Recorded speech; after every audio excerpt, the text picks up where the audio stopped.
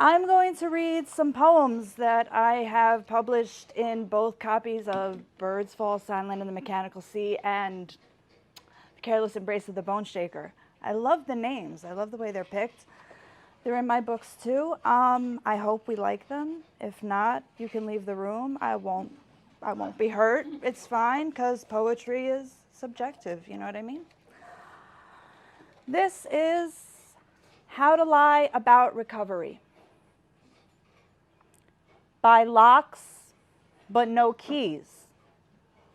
Hide them where you used to stash the donuts.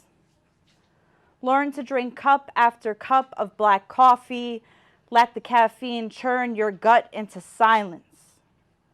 When you begin to vomit up excuses, stuff them in the back of the underwear drawer with all of the bras that do not fit.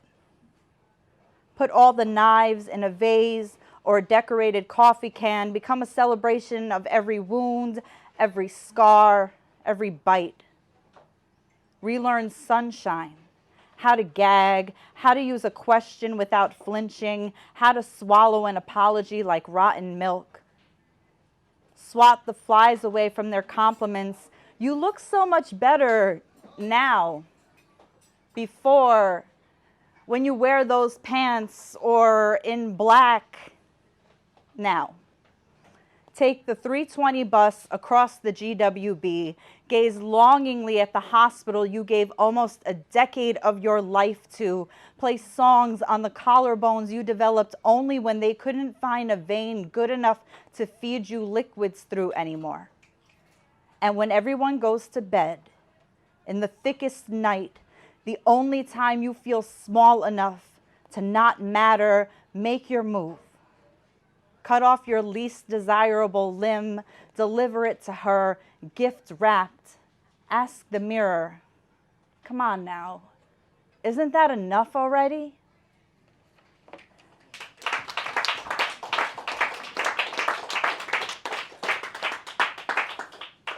I like to start with a little poem before I do an intro.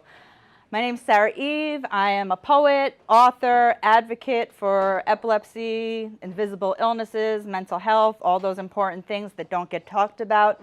It's really cool to be performing in Jersey City because I started reading poems in Jersey City 10 years ago, and here I am again. And I only had to come from Bayonne. That was awesome because I grew up in Union City. I started doing poetry here.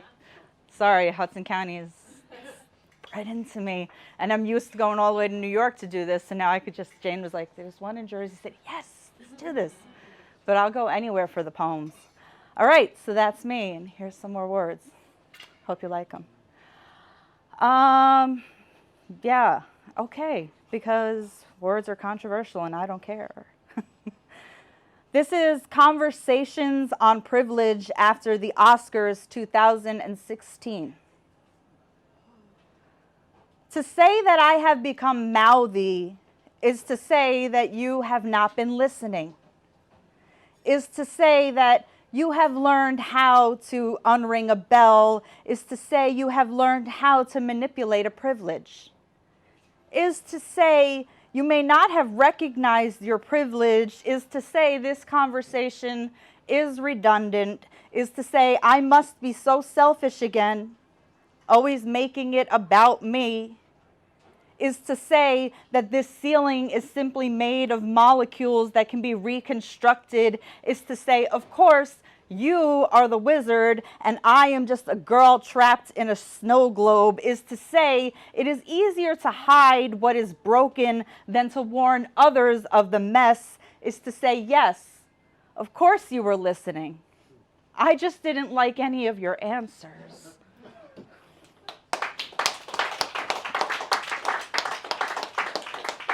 I do some sad ones, I do some angry ones. That's, my rotation. Yeah. But I marked them off, so I'm good.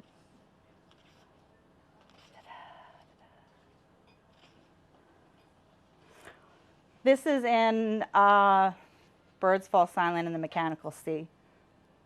I'm very grateful that this got this home there, because it's important. This is Ode to the Unmade Children.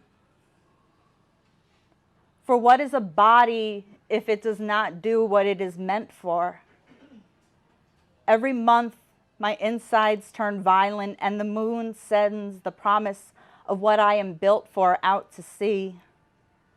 Oh, what a home I could have swaddled for you, smothered in fleece blankets, adorned in naps and greedily stolen moments of last freedoms, kept complacent with banana cream pie milkshakes and prenatal vitamins, avocado and kale smoothies, feet always propped up, never a stressed heartbeat, snuggled away, 9 months of small voices and blessed affirmations.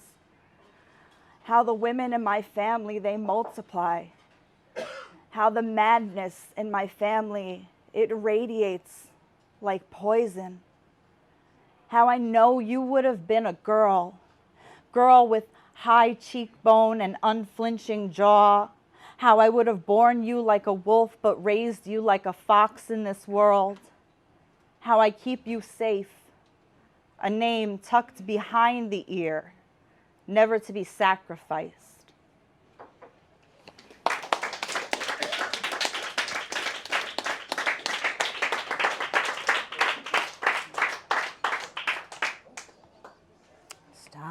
Stop, emotions. I'm gonna do one more, and I'm gonna curse in it. Oh no. Usually I'm up here and I'm like, so guys, but I realize I haven't said one bad word, I don't think. So, wow, I get to drop it here then. That's cool. It's more emphasized. But thank you all so much for being here. This is a really cool room. It's very intimate and awesome, and you're all very attentive, which it makes it more real. But I'm loving it. So thank you very much, guys. My therapist tells me, you've been through some shit. And I spread my hands in front of him, unfold a map of here I was, here I am going. I still don't know how I managed to take each step. I don't feel like my 19-day brain surgery is any different than my age 9 Friday night smack around. Can't tell why the first seizure doesn't feel any different from the 3rd or the 12th or the last one. Yes, I have been through some shit. All the hospitals have blurred into one long nightmare of a stay. Did you know? Me and former President Bill Clinton were hospitalized at the same time. He was 2 floors beneath my own, the epileptic monitoring unit. Down the hall from me, a baby wailed and wailed as techs attached wires to their head with a glue and air gun. I never saw either of them. They exist in my mind only as imaginary roommates and secondhand stories. What I mean is, we are all going through some shit. It never gets any easier. It has been 15 years, and I am never any less scared of my brain. I never stop marveling at the horrors it survives, the wonders of its daily creation. The way I am still granted the gift of sitting here and chasing words, chaining them together. I still think I'm going to die of an aneurysm, even though this brain has been mapped and studied more thoroughly than anything else in me. I still think that there might be cancer in me, even though I go see doctors more than any of you put together probably do. It has been 15 years, and I still don't know how to be thankful for what I have been granted, for the grace of been granting a map and something to unfold, for the finger that does what I tell it to, points where I say so, tells my story, takes the phone calls, makes the tea, types the emails, still writes the poetry. And it is a fantastic gift to rewrite my new normal, to redefine my broken, to still be gracious enough to say, yes, I have been through some shit, but so have you. And here are my scars now. Tell me about yours. Thank you very much, guys.